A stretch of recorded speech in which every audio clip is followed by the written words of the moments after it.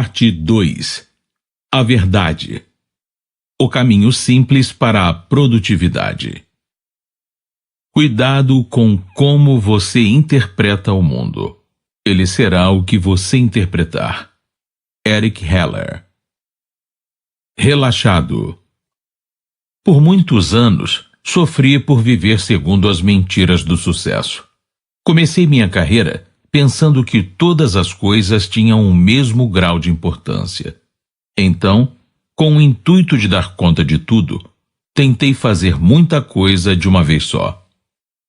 Frustrado, acabei começando a duvidar que tinha a disciplina ou a força de vontade necessárias para alcançar o sucesso. Minha vida saía do equilíbrio continuamente e comecei a pensar que tentar viver grande era errado.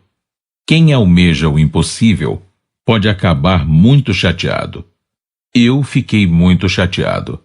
Na tentativa de fazer tudo funcionar, comecei a me esforçar ainda mais. Pode-se dizer que comecei a tensionar meu caminho para o sucesso. E foi o que fiz. Eu achava que era assim que as pessoas viviam. Com a mandíbula tensionada, os punhos tensionados, o estômago tensionado e o traseiro tensionado. Inclinado para frente, sem respirar, corpo rígido, retesado e totalmente tenso. Achava que essa era simplesmente a sensação de estar focado e compenetrado, e continuei convivendo com mentiras. Essa técnica funcionava, mas fui parar no hospital. Comecei a achar também que era preciso falar o idioma do sucesso, andar segundo o sucesso e até me vestir de acordo com ele. Aquele não era eu, mas eu estava aberto a qualquer jeito de fazer as coisas funcionarem, então aceitei seriamente a sugestão de que é preciso projetar aquilo que se deseja ser. Essa técnica também funcionava, mas depois de um tempo fiquei simplesmente cansado de fingir sucesso. Acreditava em acordar antes do amanhecer, botar uma música inspiradora para pegar no tranco e começar a trabalhar antes que os demais. Para falar a verdade, eu era tão dominado por essa doutrina que ia para o escritório enquanto o resto da cidade dormia e corria só para ter certeza de que havia chegado ao trabalho antes de todo mundo. Comecei a aceitar a ideia de que talvez fosse essa a imagem da ambição e da conquista. Marcava reuniões às 7h30 da manhã e às 7h31 fechava a porta e não deixava entrar ninguém que se atrasasse. Estava indo além da conta, mas começava a crer que esse era o único jeito de ser bem-sucedido, incentivando os outros a agirem dessa mesma forma. Essa técnica também funcionava, mas acabou tomando muito de mim e dos outros, pondo meu mundo à beira do abismo. Comecei a pensar de verdade que o segredo para o sucesso era dar corda em mim mesmo até não poder mais. Era acordar toda manhã, puxar o gatilho, abrir a porta e voar através do dia, girando ao redor do planeta até que literalmente fiquei sem combustível. E o que me trouxe tudo isso? Trouxe sucesso e me deixou de saco cheio. Acabei ficando de saco cheio do sucesso. O que fiz então? Dei um chute nas mentiras e segui o caminho oposto. Entrei para o Bitolados Anônimos e fui todo anárquico para cima das táticas de sucesso que supostamente o construíam. Primeiro de tudo, relaxei. Comecei a realmente a dar ouvidos ao meu corpo. Desacelerei e me acalmei. Em seguida, comecei a vestir jeans e camiseta para ir ao trabalho, desafiando alguém a fazer um comentário sequer. Larguei o palavreado e o comportamento formais e voltei a ser quem eu era. Tomava café da manhã com a família, entrei em forma física e espiritualmente e conservei-me assim. Por fim, comecei a fazer menos. Sim, menos, intencionalmente. Um menos proposital. Fiquei mais solto do que nunca, descontraído, respirando.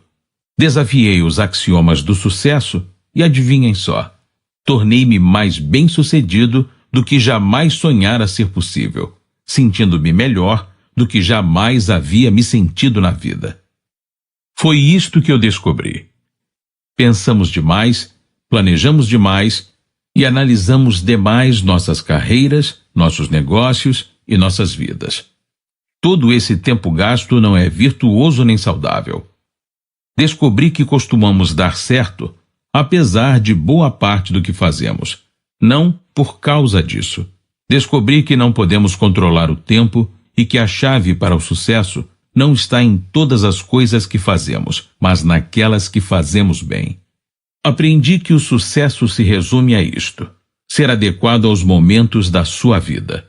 Se você puder dizer com honestidade, é aqui que devo estar agora fazendo exatamente o que estou fazendo, então todas as incríveis possibilidades para a sua vida tornam-se possíveis.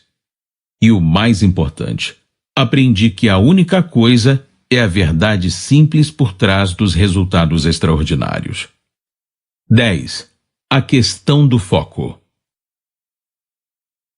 Existe arte em remover o entulho e focar no que mais importa. É simples e transferível. Só requer a coragem de seguir um caminho diferente. George Yanders. Em 23 de junho de 1885, na cidade de Pittsburgh, Pensilvânia, Andrew Carnegie palestrava para os alunos da Curry Commercial College. No ponto alto do sucesso, a companhia de aço Carnegie era a maior e mais lucrativa empresa do mundo. Carnegie, mais tarde, viria a tornar-se o segundo homem mais rico do mundo, atrás de John D. Rockefeller. A palestra, intitulada O Caminho para o Sucesso nos Negócios, falava da vida dele como executivo bem-sucedido e oferecia este conselho. E aqui vai a condição primária para o sucesso, o grande segredo. Concentre sua energia, seu pensamento e seu capital exclusivamente no negócio em que você está engajado. Tendo escolhido uma linha, decida lutar para reproduzir essa linha, para ser o melhor nela. Adote cada melhoramento, tenha o melhor maquinário e saiba ao máximo sobre ela. As firmas que falham são as que espalham seu capital, o que significa espalhar também sua mente.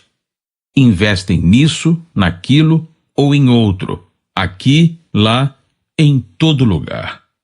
O ditado "não coloque todos os ovos numa única cesta" está errado. Eu digo, coloque todos os ovos numa única cesta, depois fique de olho nela. Olhe ao redor e fique atento. Homens que fazem isso não costumam fracassar. É fácil cuidar de uma única cesta e carregá-la. É carregando cestas demais que muitos ovos são quebrados neste país. Então, como saber qual cesta escolher? A pergunta foco. Mark Twain concordava com Carnegie e descrevia a ideia deste modo: o segredo de chegar na frente é começar. O segredo de começar é quebrar as tarefas esmagadoramente complexas, transformando-as em pequenas tarefas manuseáveis e depois iniciar com a primeira. Então, como saber qual vai ser a primeira? A pergunta foco. Você notou que esses dois grandes homens consideravam seus conselhos um segredo? Não acho que seja bem um segredo, mas algo que as pessoas sabem, ainda que não deem a isso o peso e a importância adequados. Muitas pessoas conhecem o provérbio chinês que diz: uma jornada de 1000 quilômetros tem de começar com um único passo.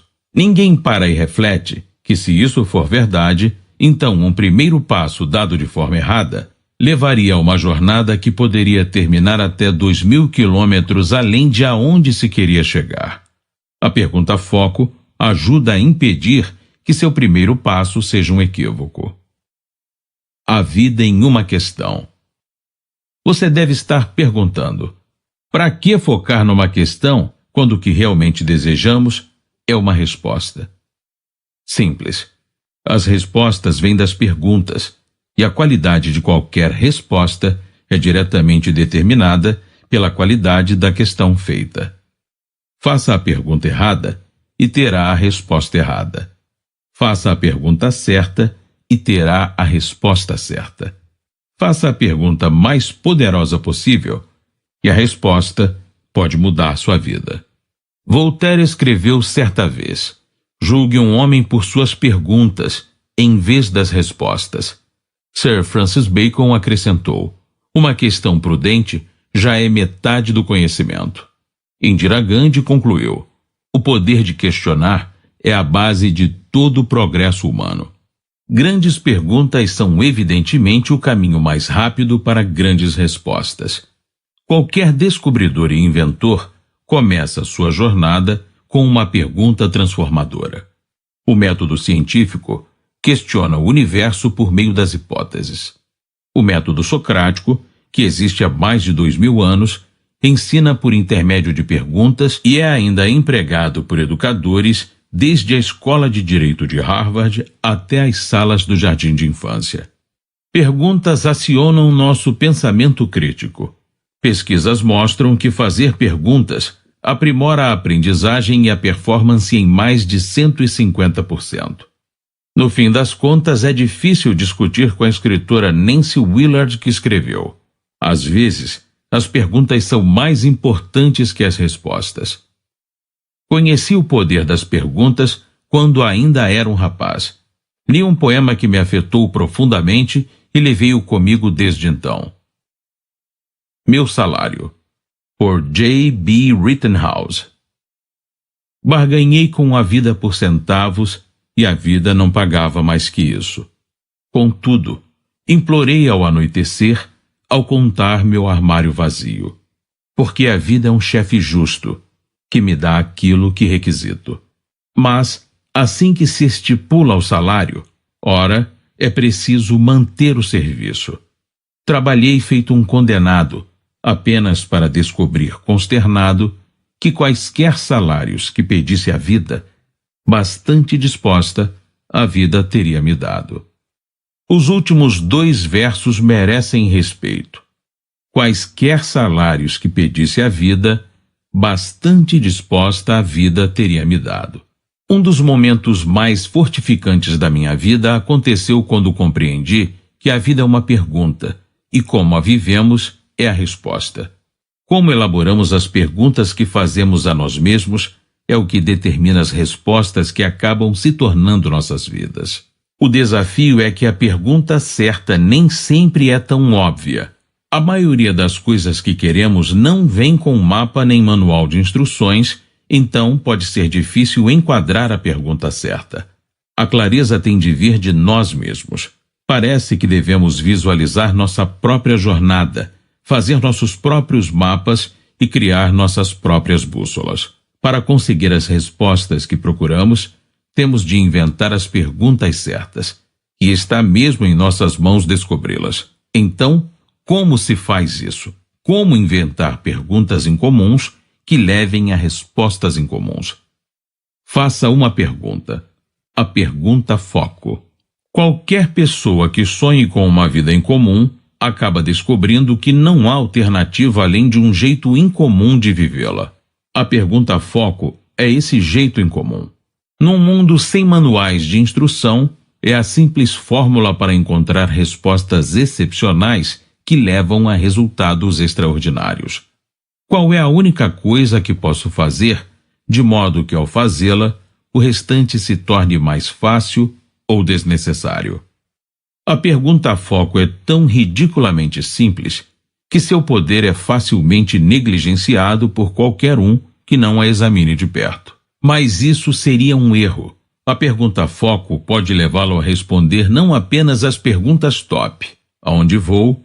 Qual é meu objetivo? Mas também as de foco simples: o que devo fazer agora para entrar no caminho certo? Qual é o ponto-chave? Ela fala a você não somente qual deve ser a sua próxima cesta, mas também o primeiro passo a dar em direção a ela. Mostra quão grandiosa pode ser a sua vida e também quão simples você precisa ser para alcançar essa grandiosidade. É um mapa para o mais amplo e uma bússola para seu próximo passo. Resultados extraordinários raramente são obra do acaso. Eles vêm das escolhas que fazemos e das ações que tomamos. A pergunta foco sempre aponta você ao melhor de ambas, forçando-o a fazer o que é essencial para o sucesso: tomar uma decisão. Mas não apenas qualquer decisão.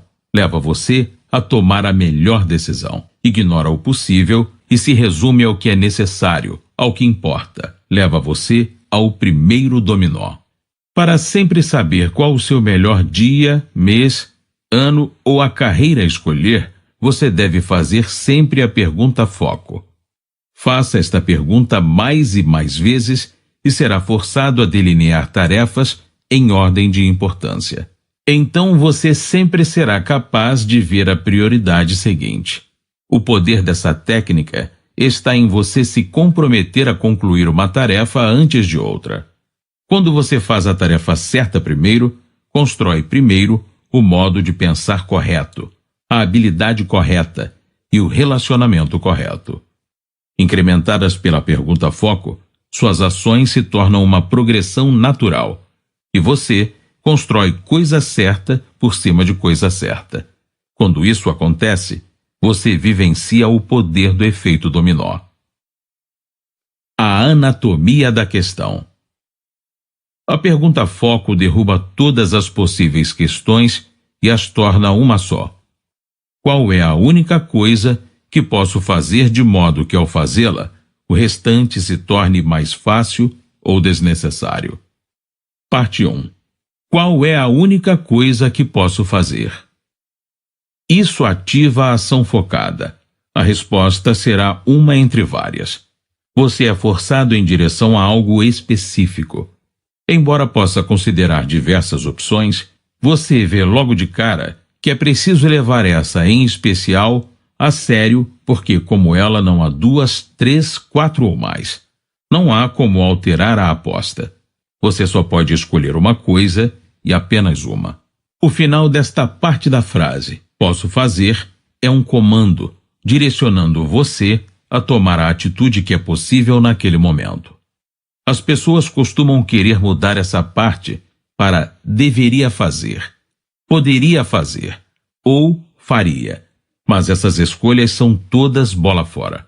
Há muitas coisas que deveríamos fazer, poderíamos fazer ou faríamos, mas que nunca efetivamente fazemos. A ação que você pode fazer sempre ganha. Parte 2.